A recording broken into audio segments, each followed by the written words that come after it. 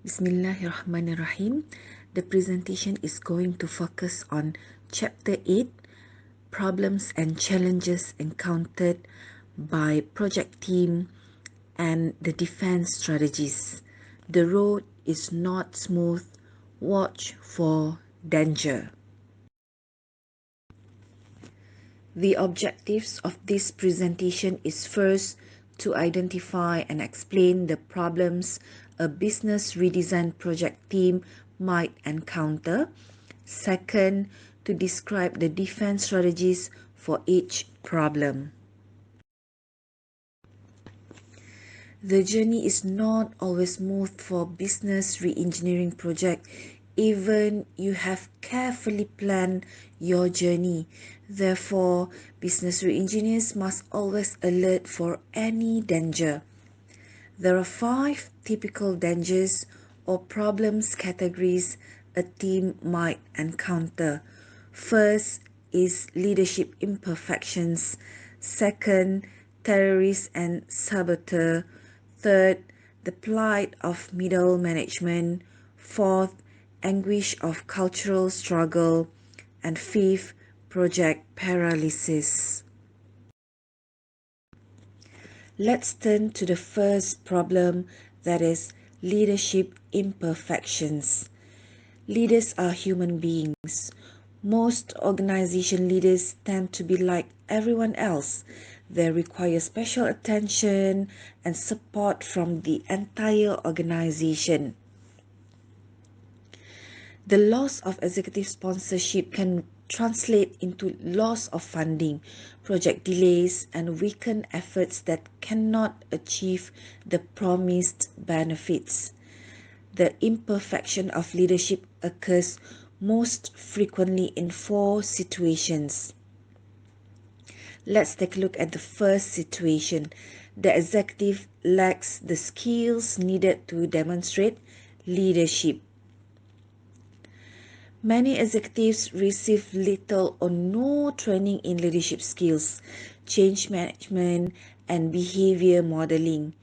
Many executives have trouble listening, asking questions, and seeking clarification.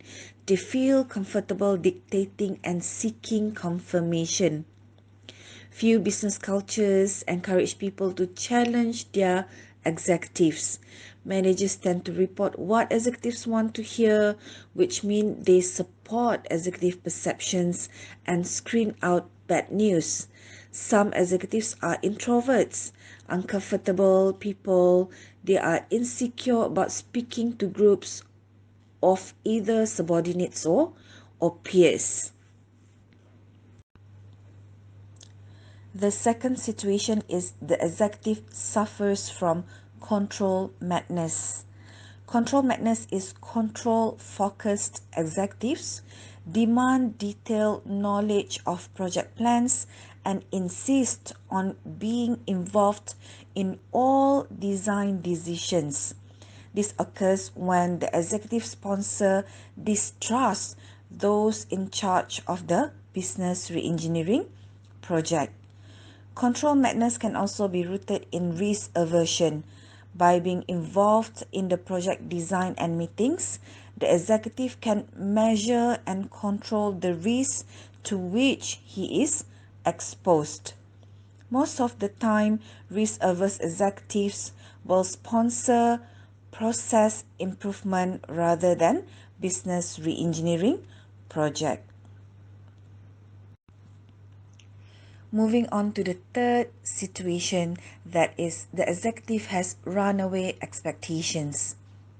Business executives tend to be enthusiastic optimists who believe that almost anything is possible. They want things to happen quickly. Some of them deny the complexity of the effort. Some forget that fundamental change takes time and requires continual training and support.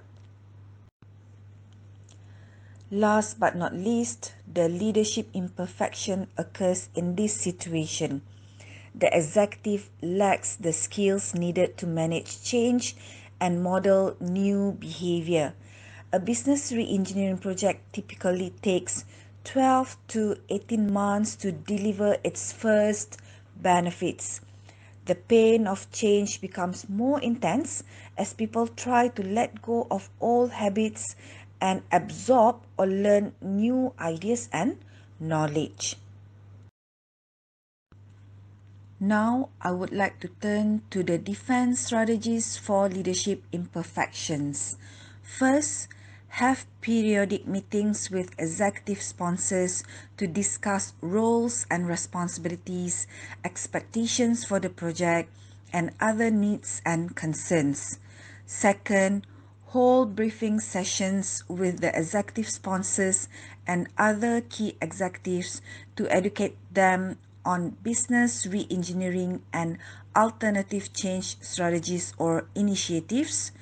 Third, develop and get executive acceptance of tactical plan that provides the executive with specific recommendations for how to act, what to say, how to sponsor the project. In short, that can enable executives to carry them out effectively. Fourth, agree on the extent and types of involvement required to make the executive sponsor comfortable with the project team's work. And lastly, provide for periodic updates on factors affecting project implementation. The second typical danger or problem categories a team might encounter is terrorists and saboteurs. The difference between terrorists and saboteurs and those who react normally to the prospect of radical change is one of purpose. Terrorists and saboteurs are driven by ambition, the need to control others, and other self-centered personal agendas. They're not afraid of change, and they will take a wait and see attitude and may even appear enthusiastic. There are 5 types of behavior that have been encountered. First is the Lone Ranger. Second is game player. Third is the opportunist. Fourth is the technocrat. And fifth is the pretender. The first type of the behavior of the saboteur is the Lone Ranger. Most of the time, the Lone Ranger is very skillful, very knowledgeable, and political savvy.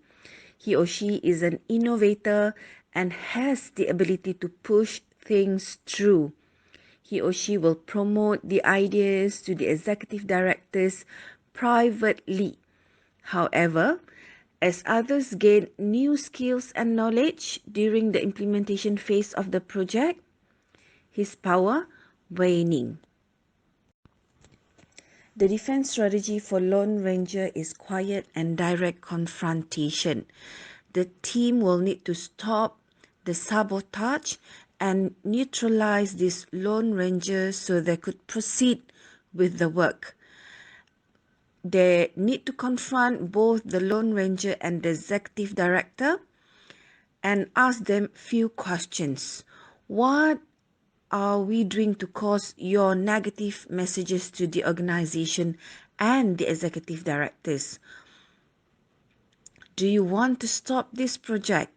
So we need to set up a meeting with this executive director and the Lone Ranger to resolve the issues. The second type of behavior of saboteur is the game player. He or she might be the important person in the organization, but when he or she perceived that the business re-engineering project will threaten his or her position, he will sabotage the project. The defense strategy for the game player is to include this saboteur in the project team. Inclusion is often an effective strategy for neutralizing a saboteur. Keep them in project. The project manager should put this game player on notice that he would not tolerate this behavior. Follow up carefully on the commitment of this game player to avoid from communication gap. And always invite this game player in the meetings. Include him or her in the meeting so that we want to avoid this game player. The third typical problem category of saboteur is the opportunist. It usually has negative connotations. It is regarded as unhealthy, as a disorder, or as a character deficiency if selfishly pursuing an opportunity is blatantly anti-social. It involves disregard for the needs, wishes, and interests of others. And these opportunistic people are often regarded as exploitative. Let me share with you the example given in the textbook. It is Mike, in which he is the new champion role. He is the opportunist in which he changed the earlier practice that was proven success. For instance, training. He removed training in the organization, but without this training, the changes would not be accepted by the line organizations. The project would suffer a major defeat. It will increase the likelihood of the organization rejection and misunderstanding of the new practices. So training is very important to business re-engineering project, but Mike has removed this training in his leadership. The defense strategy for opportunists is to play nursemaid. Sometimes team members have to play nursemaid to prevent saboteur behavior. What does it mean by play nursemaid? It is to take care of, to look after, just like you look after a baby, an infant, or young children. So you have to look after this opportunist. You need to keep someone, in this case the project manager, in charge of this opportunist to monitor what he is doing. If he is doing something wrong or derail from the objective of the project, you need to alert him. The third typical problem category of saboteur is the technocrat. Who is this technocrat? They are the technical expert in the organization. They have the knowledge and they are the one who exercise the managerial authority. We can call them as an expert who have political power as well as the technical knowledge. Technocrat has also been defined as ruled by experts. Most of the time, these technocrats will use their expertise to comment on the project progress that they might disagree, and this will lead to demoralized employees or team members. That is why in the organization we need better managers, not more technocrats.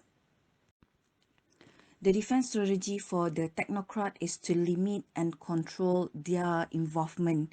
The project manager has to work closely with this technocrat, translate what they have said, and then when needed, you will call him, but only in carefully measured and controlled doses. The project team also will need to train themselves on how to handle these difficult, intimidating personalities of technocrat.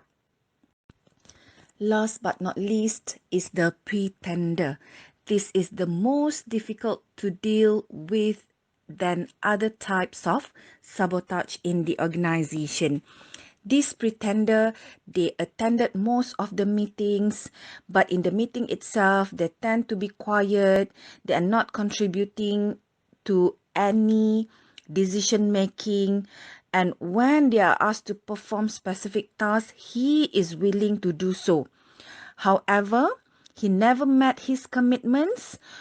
When it's time to deliver his or her task, he didn't turn it in. And when called by the project member in charge, he promised that he would deliver the task on that particular day, but it never happens. The defense strategy for the pretender is using persistence and confrontation to handle these passive-aggressive saboteurs. You may direct him to his direct boss to tell him what to do, and with this persistence, insistence of the direct boss, he or she will respond to the project team's request. The problem with this pretender is simple. They had no interest in the project and they believed that the project would never be implemented. So you need to confront this pretender so that they will participate in the business re-engineering project. Here are some simple steps of defense strategies for the project team to follow. First, keep your eyes and ears open. Look for patterns of behavior that indicate a person has a need for control or a secret, a self-centered agenda. Be sensitive. Second, directly confront the offender privately. Describe the unacceptable behavior and focus on how it affects you and the project team. Third, if the behavior persists, do not hesitate to contact the person's boss and your executive sponsor for help. This might help you a lot to monitor, to control this kind of behavior. Fourth, if the behavior persists and the person can be moved out of the project, do so. Sometimes appropriate feedback improves behavior. Other times it does not. So just move out the person from the project. Fifth, if the sabotage continues, but you cannot remove the person from the project team, seek help in improving the team's work, the roles, and the relationship. And lastly, don't get too frustrated. Team members and peer pressure can be very effective in changing behavior. Seek out skills, training in handling these difficult people.